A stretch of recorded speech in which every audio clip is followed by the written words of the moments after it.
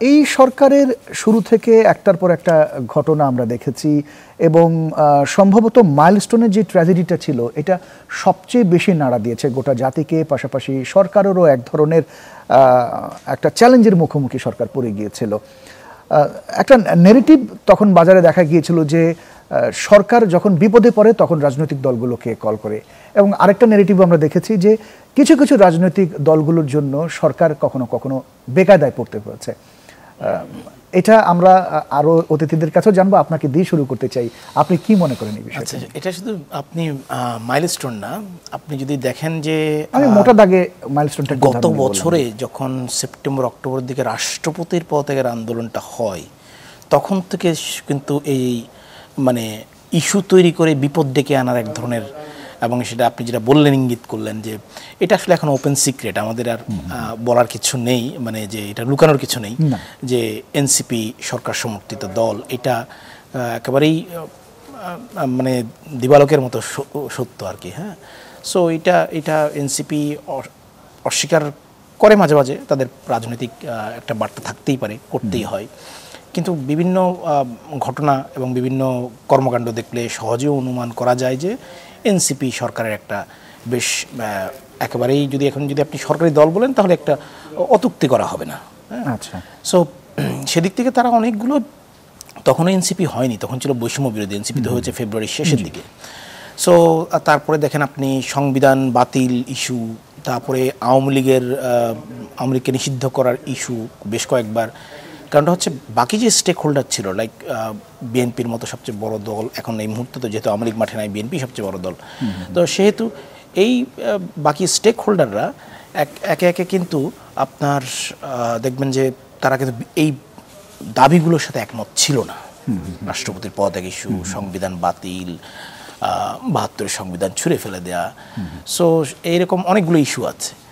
এই ইস্যুগুলো নিয়ে আপনার বিভিন্ন সময়ে যখন বিপদে পড়েছে বিএনপি অথবা সাকিবেদের মতো দল, হ্যাঁ, তারা কিন্তু গিয়ে আবার মিটিং করে এক ধরনের একটা, আমি বলবো যে এটা জাতীয় ঐক্যমত্য কমিশন যেটা বলছেন, হয়তো সাকিব ভালো বলতে পারবেন, সেটা হচ্ছে এই ঐক্যমত্য কমিশনটা আমার কাছে মনে হয় যে জাতীয় বিভাজন কমিশন কিনা। মাঝে মাঝে ওয়াকআউট করেন ওনারা, তাও আবার মিলে যান, আবার ঐক্যমত্য কমিশনে যা আলোচনা হয় সেটা বাইরে এসে আরেক ধরনের ব্যাখ্যা আমরা শুনি। এবং সামনে যে আপনি দ্বিতীয় অধ্যায় বলছেন, সে দ্বিতীয় অধ্যায় কিন্তু যদি আমরা ধরে নিই, প্রথম অধ্যায় বলছে শেষ, কিন্তু এতদিন পর্যন্ত আমরা কি শুনতাম সরকারের পক্ষ থেকে বারবার, সেটা হচ্ছে আপনার জুলাই সনদ, অথবা মোটা দাগে বললে সংস্কার, মেজর সংস্কারগুলো না হলে তাহলে নির্বাচন হবে না। এটা ছিল হচ্ছে বর্ডার লাইন, যেটা হলে আমি নির্বাচনে যেতে পারবো। তার মানে তো ওটা তো এখনো হয়নি, তার মানে আপনি নির্বাচনের ঘোষণা দিয়ে দিলেন, তাহলে এতদিন কি তাহলে অভিনয় ছিল? এ প্রশ্ন উঠতেই পারে। এ প্রশ্ন আমি না করলে এনসিপি করতে পারে, হ্যাঁ, এ প্রশ্ন জামাত ইসলামীও করতে পারে, যে কোনো রাজনীতি দল করতে পারে। তাহলে কি এতদিন আপনার এটা এক ধরনের অভিনয় ছিল, এক ধরনের সময় ক্ষেপণের জন্য ছিল? তাহলে এই ইস্যুগুলো কিন্তু ঘুরে ফিরে মানে এসেছে, সামনে হয়তো আসবে। ফলে এই আপনি যেটাকে বলছেন সেটা একমাত্র কিন্তু মাইলস্টোনটা দুর্ঘটনা, এটা একেবারে আমরা দুর্ঘটনা, মানে আপনি তো কোনোভাবেই প্রুফ করতে পারেন নাই যে এটা না। ফলে এই ধরনের বিমান ক্রাশ অনেক দেশে হয়, এটা আমার কিছু না, বাংলাদেশেও হয়েছে। বাংলাদেশে কিন্তু কয়েক বছর আগে উত্তরে একটা বাড়ির মধ্যে পড়ে গিয়েছিল একটা যুদ্ধ বিমান।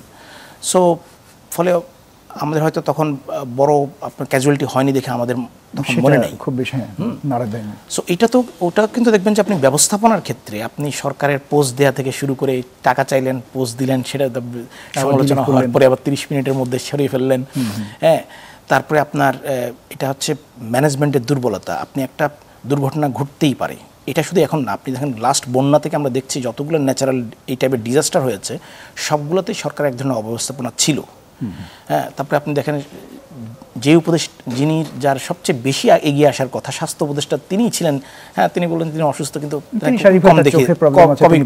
কম দেখা গেছে। এবং সবচেয়ে কথা হচ্ছে আপনি শিক্ষা উপদেষ্টা তো অসুস্থ ছিলেন না, যেই কাজটা শিক্ষা উপদেষ্টা করার কথা ছিল সেটা ঘোষণা করছেন তথ্য উপদেষ্টা, হ্যাঁ। তারপরে আবার সবকিছুতেই প্রধান উপদেষ্টার দপ্তর থেকে একটা করে নোটিশ দেওয়া হয়, একটা করে ফেসবুক পোস্ট দেওয়া হয় প্রতি ঘন্টায় মিনিটে।